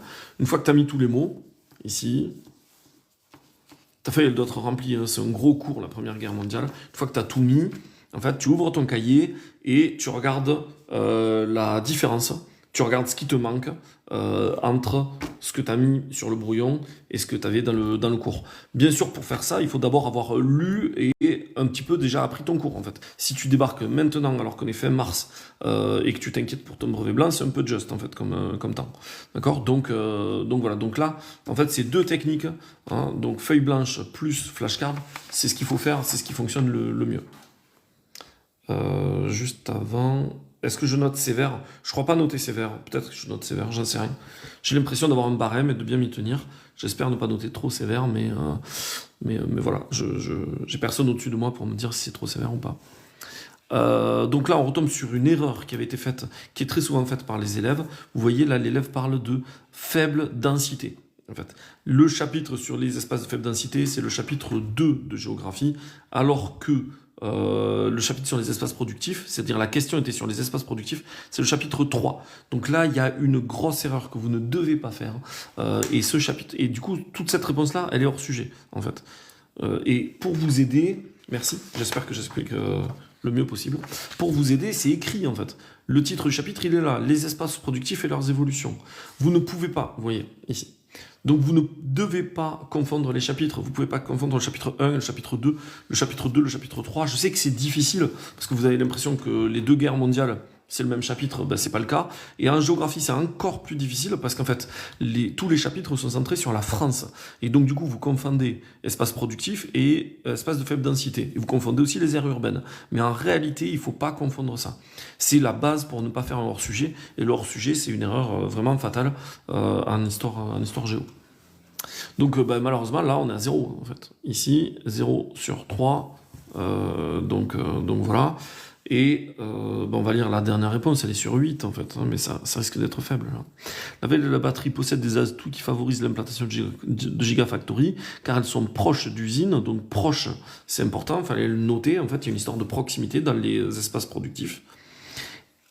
Puis elle est un espace productif important pour la région car elle rapporte 6 milliards d'euros. Ça aussi c'est assez intéressant, le côté économique, il fallait le noter, mais c'est trop incomplet. Plus sers-toi davantage des documents. Là, vous voyez, en fait, l'élève, elle nous a parlé des 6 milliards d'euros. C'est dommage, elle était sur le côté économique, donc déjà, le mot économique, elle aurait dû le dire. C'est dommage qu'elle ne se soit pas servie, par exemple, ici, de ce document-là. Elle aurait pu dire qu'en 2030, l'objectif, c'est d'atteindre 3000 emplois. En fait. Donc, voilà, elle aurait pu se servir d'un petit peu tout ça. Et malheureusement, elle n'a fait que répéter un petit peu ce qui était dans l'autre document, en fait. Comment c'est si on a le brevet blanc? Le brevet blanc, ça sera seulement les notes, en fait. Donc là, par exemple, la note de l'élève précédent, c'était 23 sur 50. Cet élève-là, il n'a pas son brevet blanc en histoire. Mais c'est pas le plus important. Le plus important, c'est sur le brevet. Wesh, le brevet 2025, oui, c'est le sujet du brevet de 2025, en fait, qui était un bon sujet, en fait, plutôt équilibré et qui pouvait amener de bonnes notes. 41 sur 50, c'est excellent, en fait, Manon. Donc, félicitations. Et voilà, et j'espère que tu auras d'aussi bonnes notes dans les autres matières, puisque l'objectif, c'est d'être complet et pas seulement en histoire-géographie. Bon, là, malheureusement, on n'est pas sûr. Alors, l'élève a répondu, mais c'est très insuffisant. Il y a un problème de méthode, c'est très incomplet. Là, on est sur 2, 2 sur 8. Malheureusement, ça ne va pas plus haut. En géo, on est donc À 6 sur 20, malheureusement, c'est pas une bonne note. Tu as eu le même sujet pour le brevet blanc. Ben ouais, mais je pense que tous les profs ont trouvé que ce sujet-là était plutôt bon, en fait. Et donc, on l'a repris. J'espère que tu auras une bonne note. Comment on calcule la moyenne du brevet? Alors, c'est un peu compliqué, ça a changé cette année. Si jamais... Oh là, les questions, ça s'enchaîne, là. Je lui mets 10, non, absolument pas. La moyenne du brevet cette année, toutes les notes sont ramenées sur 20. Avant, c'était noté sur 400. Enfin, il fallait avoir 400 sur 800. Mais là, maintenant, toutes les notes sont ramenées sur 20. Donc, ce 23 sur 50, il va être ramené sur 20. Et ensuite, il y a une histoire de coefficient. Donc voilà. L'oral de français, je mets 7. Non, je change pas les notes. Comment on calcule la moyenne du brevet? Oui, c'est vrai, c'est une bonne idée. Manon, tu peux regarder ça avec Pronote. Mais en fait, en réalité, regardez juste si vous avez eu une bonne note ou pas. En fait, c'est le seul truc parce que votre moyenne, elle sera compensée par d'autres notes. Donc votre note des épreuves terminales, là, d'histoire, EMC, de français, de maths et de sciences, elle sera aussi compensée par les notes en contrôle continu, c'est-à-dire vos moyennes de toute la, comment ça s'appelle, de toute l'année, et votre note à l'oral. Et de toute manière, votre note à l'oral, vous ne la connaîtrez pas non plus, quoi. Donc voilà. 6, 7, non, 6, c'est ce qu'elle a ici. Vous savez, en fait, lui mettre une bonne note, moi je m'en fous, je peux mettre 20 à tout le monde, en fait, c'est pas trop le souci. Le problème, c'est qu'en fait, ça ne donnera pas d'indication à l'élève de ce sur quoi il ou elle a raté. En fait, là, l'élève, en fait, vu que c'est une élève sérieuse, qui a des très bonnes notes d'habitude, qui comprend bien le cours, je suis absolument persuadé qu'elle va regarder, en fait, ce qu'elle a produit, elle ira voir le corrigé que j'ai produit, et du coup elle fera la différence entre les deux, ça va la faire progresser. Si jamais je lui mets 7 ou 8 ou 9 ou 10, peut-être qu'elle ne fera pas ce travail-là. Oui, ici elle s'est trompée, mais on va voir, hein. Ici sans doute que ça sera meilleur. D'ailleurs on va les corriger de suite, les documents en histoire. Et d'ailleurs vous voyez en fait, hein, ici, ça c'est juste, ça c'est juste, ça c'est juste, ça ici c'est juste, ça aussi et ça aussi. Et d'ailleurs ici, là, bon, photo 1, photo 2, photo 3, on demandait les repères historiques, je vais lui enlever 0,25 points, mais sinon c'est bon. Donc vous voyez 5,75 sur 6. Donc là, déjà en histoire, elle a remonté un peu sa note. J'ai combien de classes? J'ai 6 classes. J'ai toutes les classes de 4e et des classes de 3e aussi. Il faut savoir quoi pour le CRPE? Alors pour le CRPE, je l'ai corrigé, mais il y a longtemps. C'était il y a plus de 10 ans. Et donc du coup, je me souviens pas trop. Oui, tu pouvais pas avoir la frise parce qu'en fait, chaque sujet, chaque brevet blanc est interne à l'établissement. Et donc du coup, là, c'est le nôtre, en fait. Donc voilà. Est-ce que je change de classe? Non, généralement j'ai 4e et 3e chaque année. Ça fait longtemps que j'ai pas eu d'autres classes. J'avais des 5e, il fut un temps, mais là ça fait longtemps que je l'ai pas eu. Que j'en ai pas eu, je veux dire. En fait, quels sont les niveaux que je préfère? En fait, c'est un peu compliqué. C'est sûr, le programme de 3e, en fait, il est assez intéressant, hein. Première guerre mondiale, Deuxième guerre mondiale, guerre froide. C'est vraiment sympa. Mais en réalité, chaque programme est sympa à sa manière. J'avais le programme là sur l'industrialisation, sur la Révolution française, on l'a dit tout à l'heure, c'est intéressant aussi. Les chevaliers, le Moyen-Âge, les découvertes européennes, la Renaissance, c'est sympa aussi, etc. En fait, au final, il y a peu de trucs que j'aime pas. Vu que j'essaie de travailler au maximum les chapitres que je donne à mes élèves, en fait, en y travaillant dessus, on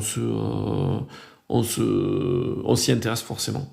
Est-ce que je compte les fautes d'orthographe? Non, je compte pas les fautes d'orthographe. Ici, c'est pas les contrôles qui sont faits pour les fautes d'orthographe. Il y a d'autres contrôles où on va les compter, mais là, non.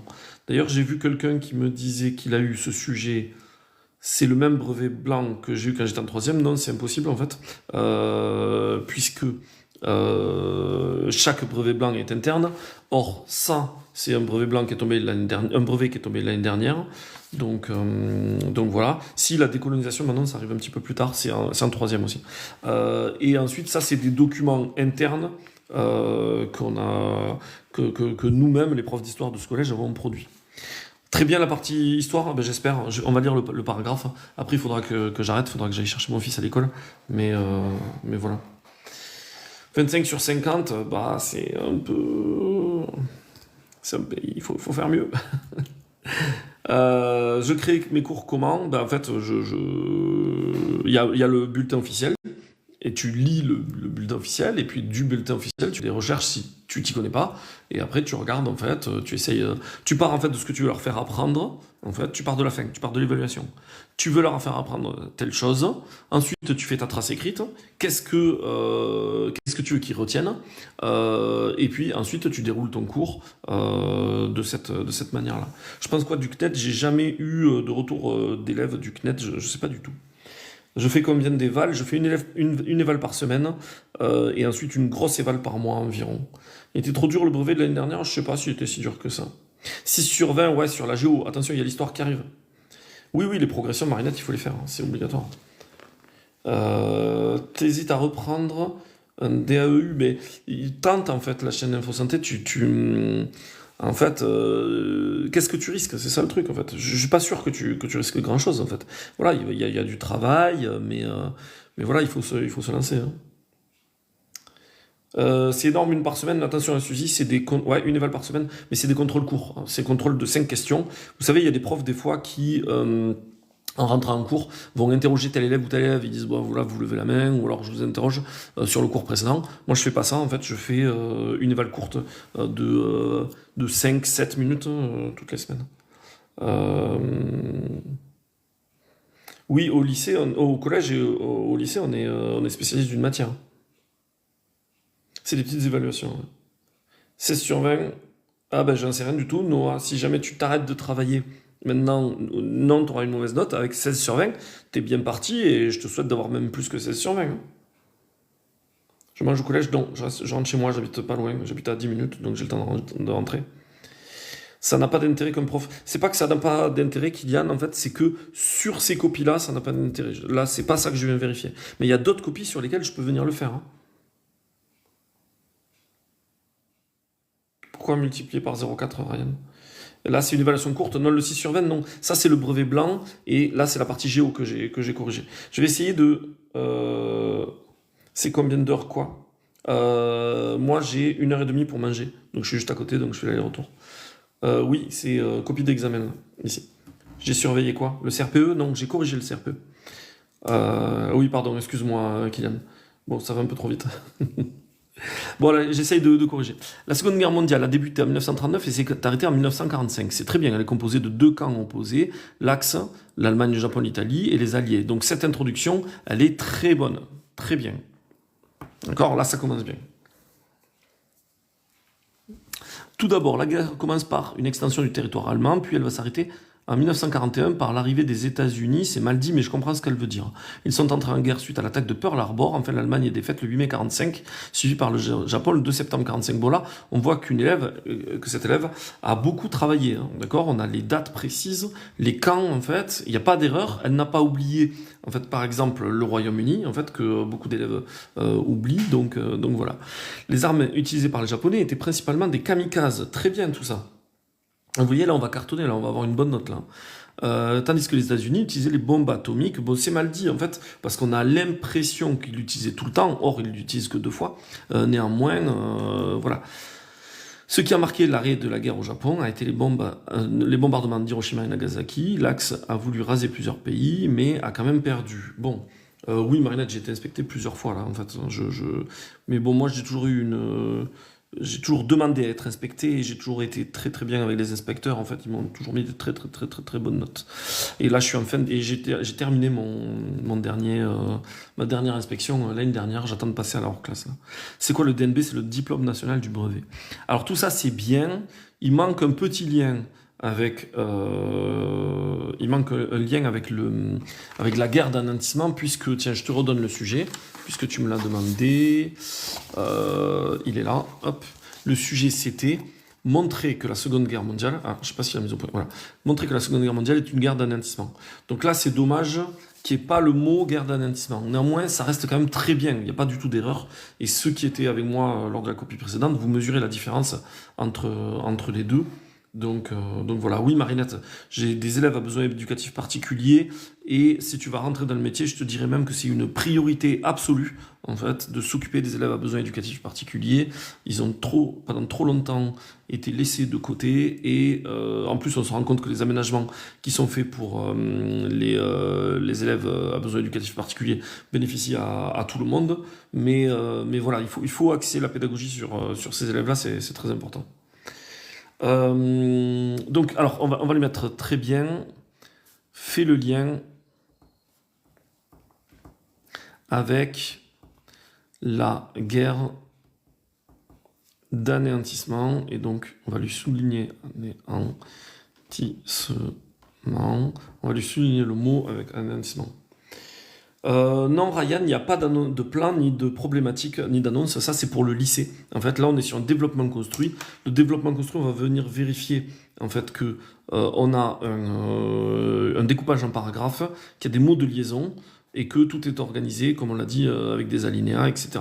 Non, l'intro est pas fausse. Enfin, je regarde, mais je vois pas où tu vois que c'est faux. Peut-être que j'ai raté un truc, mais j'en ai pas l'impression.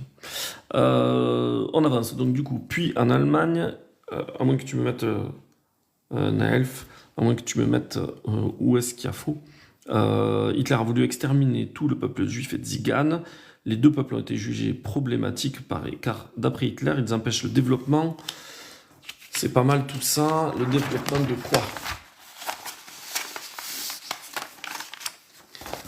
Hop, le développement. C'est décousu, oui, mais attention, c'est des élèves de 3e, c'est la première fois qu'ils rédigent autant, et pour le coup, c'est plutôt bon, en fait. Donc, le développement de l'Allemagne, ils ont été déportés des camps de concentration, puis ils ont été exterminés. Il y a eu environ 6 millions de morts, c'est très bien, elle a les bons chiffres. Au procès de Nuremberg, félicitations, il y a eu l'invention du mot Shoah, qui veut dire catastrophe en hébreu. Alors c'est excellent, en fait, vraiment très bien. Hop, on va même mettre un bravo, ici. Pour conclure, la Deuxième Guerre mondiale a été une guerre d'anéantissement. Les deux blocs opposés, Axis et Alliés, ont voulu exterminer les ennemis le plus rapidement possible. Cette guerre a fait plus de 60 millions de morts, dont 26 millions en URSS. Ma fille est en 3e, elle me ramène ça. Je la rouspète, Suzy. Je sais pas pourquoi tu la rouspètes. C'est excellent comme paragraphe. Je pense que je suis pas loin d'aller mettre la note presque maximale. 12 sur 14, ouais, je pense qu'on est même à 13 sur 14. Il y a quelques petites maladresses, on va dire. Non, mais Suzy, excuse-moi, hein, je pense être exigeant aussi, en fait. Mais là, on est excellent, hein, vraiment. Très bon travail, voilà. Pas besoin d'en rajouter. 13 sur 14, bravo. Merci. Oui, c'est du bon boulot. Peut-être que vous vous rendez pas compte. Moi, encore une fois, en fait, hein, j'ai plus la vision, en fait, comment ça s'appelle, avec les autres copies que j'ai corrigées. Là, pour l'instant, c'est un des deux meilleurs paragraphes que j'ai lus. Hein. Donc voilà, le développement construit sur les espaces productifs. Tu vois, nous, on a préféré faire tomber la géo sur les espaces productifs. C'est pas le devoir commun, c'est le brevet blanc. Donc voilà. On est à 18,75 en histoire. Vous voyez, cet élève-là, je pense que... encore une fois, vous pouvez parler d'exigence si vous en avez envie, il n'y a pas de souci, mais je ne crois pas être particulièrement exigeant. Et là, en fait, il y a quand même beaucoup de choses. Il y a des dates, il y a des personnages, il y a peu d'erreurs. Il n'y a pas d'erreurs même. À aucun moment, on a des erreurs. Donc voilà. Donc on part sur 18,75 sur 20 en histoire. Voilà, donc ce qui est rigolo, c'est que tout à l'heure, en fait, en géo, vous me disiez que j'étais trop sévère. Là, maintenant, en histoire, vous m'annoncez que je suis trop gentil. Bref, je pense que je vais me faire confiance, en fait, pour le coup. Je note plus dur pour les corrections d'examen blanc que pour les corrections officielles. Non, c'est l'inverse. En fait, je note plus dur sur les corrections d'examen officiel, parce qu'en fait, cette note-là, elle a une vocation, elle est formative. Ça veut dire quoi, une note formative? formative, c'est que j'espère que l'élève va lire sa copie et va se dire, voilà qu'est-ce que j'ai bien fait, voilà qu'est-ce que j'ai raté. Alors que lors du brevet, en fait, ben, l'élève, c'est pas formatif, en fait. C'est-à-dire qu'il va pas reprendre sa copie et se dire, ah, ben, tiens, il m'a manqué ça, etc. Donc, en fait, les deux notes n'ont pas la même fonction. C'est une note, mais elles n'ont pas toutes la même fonction, hein, les notes. Donc, voilà. Oui, effectivement, la chaîne info, j'ai vu tes messages, désolé, j'étais en train de dire autre chose, mais enfin, moi, je te souhaite de repartir sur un bac si tu penses que tu as le temps et bon, et la volonté aussi, hein, il y a beaucoup de boulot, quoi. Je suis désolé, je vois que le live est en train de décoller, il y a 150 personnes, mais je vais devoir m'arrêter là. Il faut que j'aille chercher mon fils à l'école. Dernière question sur l'IA avec ChatGPT. Là, il n'y a pas de raison qu'il y ait l'IA et ChatGPT, c'est un devoir qui est fait en classe, avec un surveillant, etc. Ouais, il y a le MC Naelf. Malheureusement, j'ai pas le temps de le corriger. Donc voilà. Et ensuite, sur les devoirs maison, non, en brevet blanc, il n'y a aucune raison qu'il y ait de l'IA, en fait. Il y a un surveillant, en fait, qui passe derrière les élèves et devant les élèves. Ils ont posé leur sac à l'entrée de la classe. Il n'y a pas de raison de... Il n'y a pas de raison qu'ils aient accès à l'intelligence artificielle. C'est pas la feuille de Eilul, je ne sais pas qui est Eilul, j'en ai absolument aucune idée. Donc voilà. Je vous souhaite une bonne journée. Je suis désolé d'arrêter là le live. L'élève a eu combien? Pour l'instant, on est à 6 sur 20 et 18,75. Il manque le MC. Là on est à la moyenne, on est à 24,75 sur 50, et puis ben, j'espère que l'élève va avoir une bonne note en EMC pour augmenter, pour arriver autour de 30 quoi. Donc voilà, je vous souhaite une bonne journée à toutes et à tous, et ben, je ferai d'autres lives pour donner des conseils si ça vous intéresse. Merci à tous.